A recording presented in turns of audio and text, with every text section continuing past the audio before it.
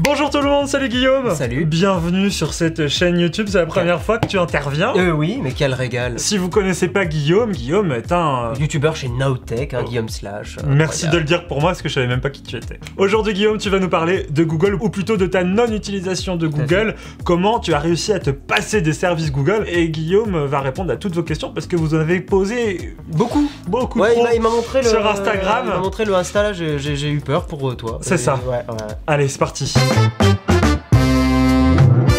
Allez, première question Guillaume. Est-ce qu'il faut avoir confiance en Google? Et je sais que tu vas me répondre. Bof. Ah, je pensais que tu allais me dire non. Je pourrais être dans le clash, tu vois, je pourrais dire non, Google, non. C'est bien en vrai Google. Moi perso, je suis utilisateur, j'adore. Google Maps, j'adore. Gmail, j'adore. Mais oui, non, bien sûr. Le problème, si tu veux, c'est un peu comme dans tous les problèmes d'entreprises qui collectent énormément de données sur toi, c'est que ces données-là que tu donnes, tu vois, Google, il s'en nourrit, machin. Tu ne sais jamais ce qui va en être fait plus tard de ces données. Imaginons que tu adhères à des idées politiques, que tu vas à des meetings, voilà, et donc Google Maps localise ça. D'accord, oui, Google a ces infos. Ah bah ça oui. Imaginons que plusieurs années plus tard, 10, 20 ans, le système politique change et que toutes ces données de Google, elles ont été stockées, tu vois, elles ont été collectées un jour. Qu'est-ce qui te dit que ces données vont pas être utilisées contre toi? L'exemple que j'ai qui est plus concret, c'est Hong Kong. Hong Kong a changé de système politique. Signal est devenu d'ailleurs l'appli la plus téléchargée en quelques jours. C'est un truc de fou. Mais tu vois, c'est pas étonnant parce que les gens ils ont bien peur de quelque chose. Ouais. Tu vois. Donc Signal, appli la plus téléchargée, et surtout Google, Facebook, etc. qui ont été obligés de filer les données à la police hongkongaise. Dans la vraie vie, ils l'ont pas fait parce que probablement que tu sais, les États-Unis, la Chine s'aiment pas trop, donc ils vont pas trop faire. Donc ils l'ont pas fait. Mais en fait, légalement, s'ils veulent continuer d'opérer, ils sont obligés de laisser les données. Apple fait ça aussi, par exemple, le gouvernement. Tu sais qu'un iPhone chinois, par exemple, n'est pas du tout le même iPhone qu'un iPhone états-unien, européen, etc. Tu dis en l'état là maintenant. Parce que la question c'était est-ce qu'il faut faire confiance à Google? En l'état là maintenant, ça va. C'est pour ça que je dis toujours, le plus important, c'est d'essayer de minimiser les données que tu vas laisser à Google. Mais ça veut pas dire de ne plus jamais utiliser Google. Moi, Google Maps, ça m'arrive encore, je te dirais, une fois par semaine, je l'utilise pour voir, par exemple, un numéro de téléphone d'une pharmacie parce qu'il est pas référencé sur un autre truc. C'est un truc de fou, c'est le nouvel annuaire, Google Maps. Google Maps est le nouvel annuaire, et ça en devient chiant presque, tu vois. Mais le but, si tu veux, c'est de dire, ma vie personnelle, j'essaye de la sortir le plus possible de Google. Ma vie professionnelle, c'est moins un problème. La preuve, tu m'as envoyé une invitation chez Google, donc tu vois, ça je me suis dit, je le nargue un petit peu quand même.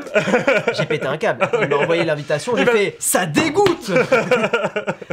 Je peux pas te dire oui, non. Oui. Juste, il faut faire gaffe. Donc je rappelle pourquoi t'es venu justement, c'est parce que on n'a pas invité Guillaume par hasard, c'est parce que Guillaume s'est dissocié des services Google sur son Google Pixel 4a. Et même tu m'as dit tout à l'heure de tous les réseaux sociaux. T'as réussi à te couper de tout ça. Toi personnellement, enfin dans ta vie de tous les jours. Voilà, oui. Je parle pas pour ton métier. Voilà, pour mon métier non. Pour ton métier c'est... Mais mon téléphone perso que j'ai tout le temps avec moi, donc celui avec lequel je me trimballe. Donc le Pixel 4a de Google. Le Pixel 4a de Google, t'as pas de Google. Toi t'as vraiment été au bout de ton éthique en fait. J'essaye. Non, en vrai tu peux jamais être... C'est hyper dur d'aller au bout de ce genre d'éthique. Et je veux pas être genre Guillaume Slash, le mec... Non, pas du tout. Du coup ça m'amène vers la question suivante, et je crois que c'était une des questions qui est le plus revenue Guillaume. Ah ouais, sur Insta. Ouais. Sur Insta, est-ce que Google nous écoute avec les microphones? Parce que, attends, c'est un truc de ouf. Je t'écoute. Moi, je n'y crois pas qu'ils nous écoutent. Non, je te dirai plus tard pourquoi. Mais par contre, je vais te dire un truc qui est vrai. C'est-à-dire que j'ai des potes avec qui je suis en soirée.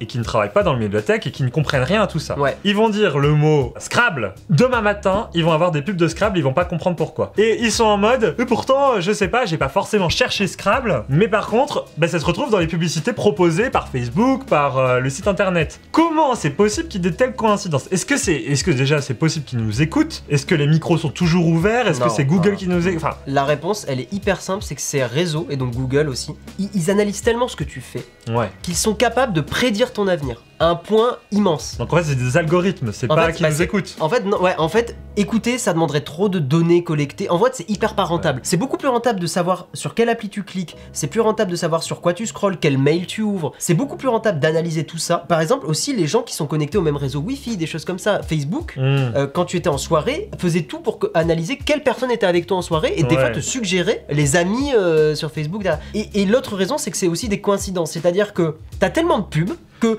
parce que pile à un moment t'as parlé d'un truc, tu te dis putain j'en ai parlé hier, c'était ça. Là tu fais mais ils nous écoutent. Donc en fait c'est vraiment de la pure coïncidence. Mais tu vois, je suis sûr dans les commentaires il y aura plein de gens qui vont faire mais si moi j'ai eu ma coïncidence à moi, j'ai eu mon expérience personnelle. La vérité c'est que Google t'analyse mais il t'écoute pas. Voilà. Allez, Guillaume du coup, En fait t'es Thanos. Ne fais pas disparaître s'il te plaît. Non t'inquiète pas.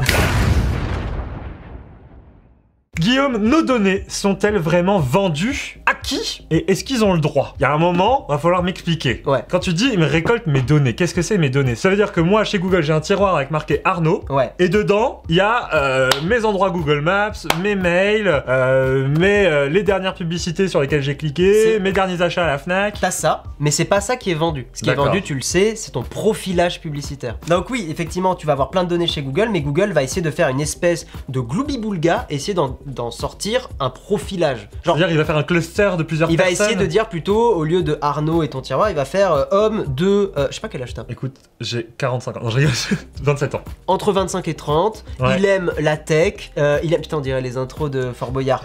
Arnaud, 27 ans, il aime la tech, il adore les sports de combat et surtout et les films d'action, je sais pas. En fait, ils vendent à qui? À des annonceurs. Imaginons, le prochain téléphone de Samsung va sortir à la rentrée. Ouais. Concrètement, qu'est-ce qu'ils vont faire? Ils vont aller voir Google, et ils vont leur dire... moi, ma cible, ça va être les 25-35 ans qui sont bien friqués, qui votent plutôt à droite du coup, et imaginons, j'en sais rien, et qui vivent dans des grandes villes. Google, ils vont pas sélectionner les prénoms par prénom les gens. En fait, tu as une espèce de système qu'on appelle de cohorte ou des choses comme ça, et effectivement, ils vont vendre un paquet de personnes, ouais. Et ils ont le droit? C'est ça la vraie question, est-ce que c'est légal tout ça? Oui, ça. Parce que c'est un peu fait à ton insu en vrai. Alors, c'est ça qui presque est pas forcément légal et RGPD, mais sinon, vendre tes données, oui. D'accord. Tant que c'est expliqué clairement. Google a fait des efforts, mais il n'empêche qu'a priori, ils sont pas encore complètement en accord avec le RGPD. C'est d'ailleurs pour ça que récemment, tu as cette pop-up insupportable sur Google où tu es obligé de faire soit j'accepte, soit personnaliser, désactiver, désactiver. Là, tu as une nouvelle pop-up, c'est insupportable. Donc nos données sont vendues, entre guillemets, mais pas... c'est pas... Ton profilage est vendu. C'est pas Guillaume... on voudrait cibler Guillaume... non, pas du tout. Si une marque demande à cibler précisément l'influenceur Guillaume Slash, c'est impossible. Google va lui dire, bah non, on va te faire foutre. Voilà. Et il insulte les entreprises avec bien sûr. De toute façon, c'est Google. Google, ils font ce qu'ils veulent. Hein. Mais ils font, non, mais attends, en plus, Guillaume Slash. Ouais, voilà. Bon, c'est qui? Pourquoi vous voulez cibler ce mec? PTDR, c'est qui, quoi? J'en ai marre du monopole Google. Oui. Est-ce qu'il existe une alternative? Là, la question c'était au Play Store. Ouais. Mais est-ce qu'il existe une alternative? Bah, parce que tu te dis, voilà, j'ai plus forcément envie d'utiliser du Google. Je trouve que c'est trop intrusif, trop machin, trop ci, trop ça. Mes raisons sont les miennes. Oui. Comment je fais pour sortir de ce système? Alors tu vas me dire, achète un iPhone ou achète un Huawei. C'est la... Alors non, pas Huawei. Non, ça non. J'en sais rien, moi, c'est plus Google, donc... Oui, c'est une bonne suggestion, mais non. Parce que... Le problème de Huawei, c'est qu'en fait, tu tombes dans l'autre opposé. C'est-à-dire que Google, tu donnes tes données aux États-Unis, donc dans une entreprise, voilà. Huawei, tu tombes dans les entreprises chinoises. D'accord, qui donc potentiellement pas forcément mieux. Sont pas les encore moins respectueuses de la vie privée, tu vois, et des données perso. Non, donc là, t'as deux solutions. Soit tu pars, et c'est ce que je recommande. Ouais. Tu pars sur un iPhone. Donc là, tu me dis actuellement qu'Apple sécurise mieux tes données. Non, ce que je dis, c'est qu'Apple est moins pire que Google. Pourquoi je conseille l'iPhone? Parce que même si c'est un peu... Je sais que là, il y a beaucoup de gens qui sont très Android et tout, mais je considère que c'est le meilleur compromis en termes d'usabilité. Genre, c'est pas trop chiant avec les applis. Et de vie privée. Ouais. Parce que t'as pas Google qui va essayer d'analyser. Le business model d'Apple, c'est pas la publicité. Ils ont moins d'intérêt à choper tes données comme le fait Google. Je dis pas qu'Apple est parfait. Je dis pas que les iPhones sont les meilleurs smartphones du monde. On peut leur critiquer 1 milliard de trucs. Je dis juste que sur ce sujet-là précisément, quelqu'un me dit...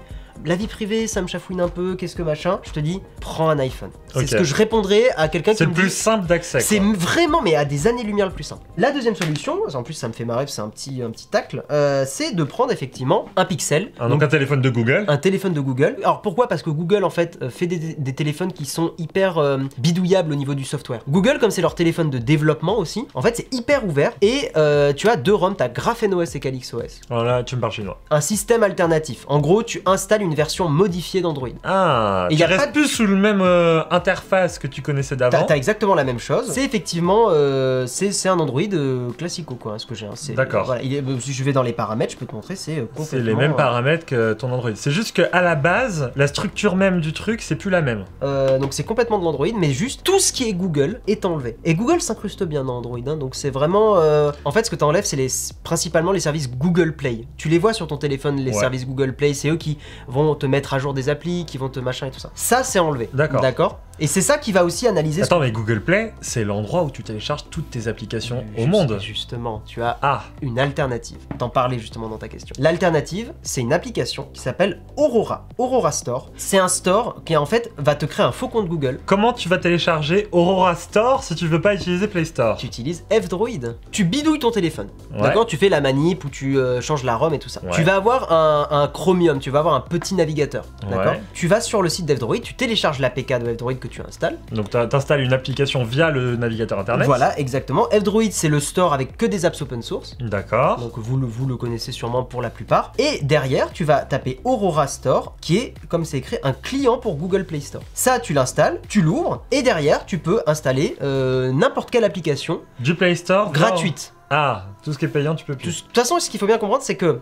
ça rajoute des contraintes. Ah oui. J'en doute bien, parce que Google est optimisé pour fonctionner normalement. Si tu casses un truc, forcément... Mais si en fait, si t'en restes à des applis simples, t'as pas trop de problèmes. Mais Aurora Store, lui, comment tu t'assures qu'il récolte pas tes données et qu'il fasse pas son business en le vendant? Open source. Donc, a priori, tu peux vérifier le code, le compiler toi-même, donc en faire un truc d'installation et l'installer toi-même. Donc, il récupère pas tes données. Non. Donc, allez voir la vidéo de Guillaume et vous comprendrez comment faire pour avoir un téléphone Android dégoogliser, donc sans les services Google qui vous traquent. Guillaume, du coup, les gens te demandent est-ce que ça vaut vraiment le coup de faire toutes ces bidouilles sur son smartphone pour sortir des services Google? Est-ce que tu es vraiment gagnant? C'est-à-dire que là, aujourd'hui, par rapport à avant, qu'est-ce qui se passe de différent dans ton quotidien? Si je te compare, par exemple, j'ai un téléphone Android Googleisé et là, donc le tien. Et là. La différence, c'est que ce que tu vas faire sur ton téléphone, tu es sûr à 100% que ce n'est pas collecté. Tu seras dans aucun cluster vendu par Google, quoi, en gros. En gros, c'est une espèce de sérénité, c'est-à-dire ce que tu vas taper sur ton clavier, et qui peuvent être des trucs très privés, hein, de ce que tu tapes, des mots que tu tapes sur ton clavier, ne seront pas collectés. D'accord. Les applis que tu ouvres ne sont pas collectés. Tout ce que je fais sur mon téléphone, là, actuellement, n'est pas collecté par Google. Ok. Tu vois, par exemple, là, je te montre, j'ai un Google Maps, si tu vas dire, mais t'es un escroc, Guillaume, c'est une version web de Google Maps, enclavée, pour pas que ça y ait trop de données collectées. En tout cas, dans ton quotidien, tout ce que tu fais, ça n'est pas collecté par Google. Voilà. Donc pour quelqu'un qui a peur pour ses données, qu'elles soient vendues ou quoi, c'est une bonne manière de se couper de toute manière d'être... traqué, tout ça. Moi je pense que oui. Et tout ça c'est gratuit? Tout est gratuit. Open source. Donc si demain là, les gens qui nous regardent, ils ont envie de faire ça, ils peuvent le faire gratuitement. Il faut un Pixel. Il faut un Google Pixel obligatoirement. Ok, bon, achetez-vous un Pixel. Let's go. Nouvelle question Guillaume, est-ce que tout ça au final c'est pas un peu un truc de complotiste? C'est une bonne question, je peux comprendre qu'on pense ça. Mon but, je te l'ai dit en intro, c'est pas de me couper à 100% de Google. Mon but c'est d'essayer de minimiser ce que je file à Google. Donc par exemple mon moteur de recherche aussi c'est pas Google, c'est DuckDuckGo, tu vois. Pour moi le plus important c'est ce que je fais sur internet aujourd'hui, j'ai pas envie qu'on me fasse chier avec dans 10-15 ans. T'as aussi plein de trucs sur les assurances santé, où en gros tu payes par exemple avec Google Pay McDonald's, genre tu manges tous les jours à McDo. Tu fais ce que tu veux de ta vie, on sait que c'est pas bon pour la santé, mais tu fais ce que tu veux de ta vie. Mais derrière tu vas prendre une assurance santé, un truc comme ça, une mutuelle. Si elle contacte Google, tu me passes un petit peu tous les trucs où il a fait beaucoup de McDo quand même tous les jours là. On va monter le prix de l'assurance. Tu penses que ça se passe comme ça? Ça se passe déjà aux États-Unis. T'as une part de ta bulle privée qui doit rester privée. Point, tu vois, c'est tout. Ouais, je suis d'accord. Voilà, donc pour moi, c'est pas un truc de parano. Je dis pas aux gens là maintenant, barricadez-vous chez vous, coupez internet, mettez un chapeau en alu. Achetez plein de boîtes de conserve en souterrain et ne mangez plus que ça. Tu vois, c'est un des arguments forts qui fait que. Je comprends ta démarche. Voilà. J'avoue que quand tu m'avais dit ça, j'étais en mode. Ouais, bon, toi tu fais ça parce que c'est un peu folklore et tu fais de la tech et que tu kiffes, mais il y a vraiment un intérêt et je suis d'accord, je comprends un peu plus les angoisses que tu peux avoir. Et surtout, on voit les dérives de la Chine sur la collecte des données qu'ils font avec leurs habitants, où ils mettent un score de bons citoyens, tu vois. C'est chaud quand même, tu vois. Mais tu vois, je suis convaincu que d'ici 15-20 ans, il y aura des scandales politiques à cause des données collectées. Je pense qu'il y aura des historiques de trucs de Google, de Facebook, de machin, qui vont remonter à la surface. Faut pas oublier que ça peut être aussi des fuites de données. C'est pas forcément que des trucs malveillants d'entreprise qui vont être utilisés contre toi. Ça peut être les données de Google, il y a un hacker qui y accède, il a une base de données de tous les sites que tu as consultés, c'est dans la nature. Je vais donner l'exemple que je trouve le plus simple à comprendre, il est un peu cru, mais les sites de cul, tu vois. Non mais c'est con. T'as pas envie qu'un tel aille voir la petite catégorie secrète que t'aimes bien aller voir, toi. Exactement. Je le connais. Par exemple, moi, c'est le OnlyFans de Jérôme. Jérôme de Naotech, évidemment. Évidemment, qui est passé d'ailleurs. D'ailleurs, abonnez-vous, son OnlyFans, on le marque ici. Il est là, OnlyFans, genre. Guillaume, question suivante. Si je me mets en navigation privée sur mon moteur de recherche, est-ce que je suis en navigation privée et donc personne ne peut savoir ce que je fais? Par exemple, je parle pour les billets d'avion, ils peuvent pas savoir que je consulte leur site pour augmenter les prix. Pour les sites un peu olé que je pourrais consulter, on se souviendra pas que tu veux dire de flamenco hein, quand tu dis olé olé. Oh bien sûr, ouais, de flamenco, oui, mes cours de danse de flamenco. Et pour tout le reste, est-ce qu'on va collecter la donnée de ce que je fais en navigation privée? Oui, voilà, fin de la discussion. Donc ça sert à quoi d'être en navigation privée? Ça te sauvegarde pas l'historique en local. Ok, tout. Mais l'utilisation est la même. Si tu es en navigation privée sur Google Chrome, pars du principe que Google a collecté ton historique. Ok. Ah non, et donc ton historique de navigation est peut-être là sur des serveurs aux États-Unis. Ok. Est-ce qu'il y a des navigateurs que tu conseilles toi qui sont peut-être plus safe que ça? Oui. Alors quoi par exemple? Dis-en-nous. Bah le classico, il est sur mon sac à dos, Firefox. Firefox? Ouais. Je sais que beaucoup de gens n'aiment pas Firefox, donc si vous n'aimez pas Firefox et que vous voulez un autre truc, il y a Brave, que beaucoup de gens aiment et beaucoup de gens en parlent. Ah, je connais pas ça, tu vois. Ouais, Brave, le seul truc, c'est qu'il y a eu une action pas très honnête, ils ont rajouté de l'affiliation un peu cachée dans certains liens. Donc... Quand ça commence à faire ça. Mais niveau vie privée, ils sont pas mal. D'accord. Donc je recommande d'abord Firefox. Donc, Firefox, Brave. Vivaldi. Edge, non, Microsoft collecte ce que tu fais dessus. Safari, c'est Apple, donc t'es sur du Mac éventuellement. Voilà. On autorise. On accepte. On tolère. Alors, question suivante, justement. Comment, par exemple, moi je suis père de famille, comment je motive toute ma famille ou tous mes amis à leur dire oh les gars, protégez vos données, je veux les sensibiliser, je veux les amener dans cette démarche-là. Comment tu ferais, toi? Qu'est-ce que tu as à dire aux gens qui hésitent encore un petit peu peut-être chez eux, qui ont besoin d'un dernier petit coup de boost pour sortir de tout ça et se dire bon ben voilà, je protège mes données? C'est la partie compliquée. Eh oui. Bien sûr. Mais comme toute petite cause, c'est toujours hyper galère. Faut pas faire trop chier les gens.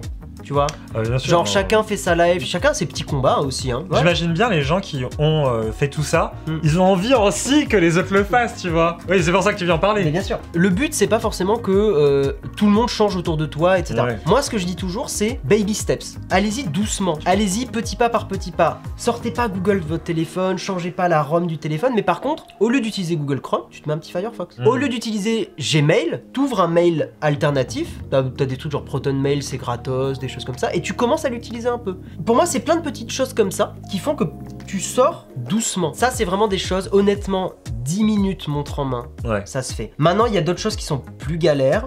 C'est pour ça que tout à l'heure tu me disais mais c'est quoi la solution la plus clé en main? Un iPhone. C'est pas ce que j'aurais aimé te dire dans le monde idéal. C'est la plus chère, c'est la plus chère. Ouais, voilà. Non mais dans un monde idéal j'aurais aimé te dire bah il y a un troisième constructeur, Windows Phone, qui est meilleur, no Google Phone, et je te dirais en fait c'est vachement... Non, là il n'y a pas de bonne solution. Il y a que des moins pires. Ok. Tu vois, allez-y doucement. C'est tout ce que je vais résumer. Pas la peine de se braquer en mode ouais mais ils ont déjà 45 000 données, je vais pas changer. Si, c'est comme la clope. C'est comme la clope. Tu fumes une cigarette de moins par jour, c'est toujours une cigarette de moins par jour. C'est toujours ça de gagner. Je le fais déjà pour moi. C'est bien. Ça me va dans ce que... Voilà, et dans ton entourage proche, y a personne qui l'a fait encore vraiment à fond comme toi? Non, pas à mon niveau. Ouais, pas à ton niveau. Ouais. Ok. Enfin, si, un ou deux potes, mais ça reste marginal, quoi. Ok. On a fait le tour. Donc, je crois qu'on a pas mal parlé. Ah oui, là on a fait... Ouais, ça régale. On a tout donné. Donc en tout cas, si c'est quelque chose qui vous intéresse d'installer un système sur un smartphone Android, mais qui est totalement dégooglisé, allez voir la vidéo sur la chaîne de Nowtech. Tout à fait. Où tu as tout expliqué sur comment faire, quoi installer, comment bien faire. T'as vraiment un truc clé en main. Pas besoin d'être développeur pour savoir le faire. Non. N'importe qui peut le faire. Pas des gens qui vraiment ont peur du téléphone, tu vois. D'accord. Mais si tu sais, oui, en vrai, beaucoup de gens pourront le faire sans problème. Si quelqu'un a déjà craqué un logiciel dans sa vie, il saura le faire. Exactement. Ouais, okay. Voilà, exactement. Ok, d'accord. Guillaume, merci d'être venu. Merci. On te retrouve du coup sur Nowtech tous les jours presque. Twitch, YouTube. Les amis, je vous laisse. Guillaume aussi. Ciao. A plus. Bonne journée, bonne soirée selon l'heure à laquelle vous regardez la vidéo. Abonnez-vous. Abonnez-vous à notre chaîne YouTube. On essaye de vous faire 3 vidéos par semaine environ. C'est pas facile, hein. Oui, j'essaie. Oui, c'est du boulot. C'est un métier. Il paraît. C'est un métier. Bon, un métier de glandeur. Écoute, on tente. Bon, allez vive la technologie. Ciao. Ciao, ciao. Salut.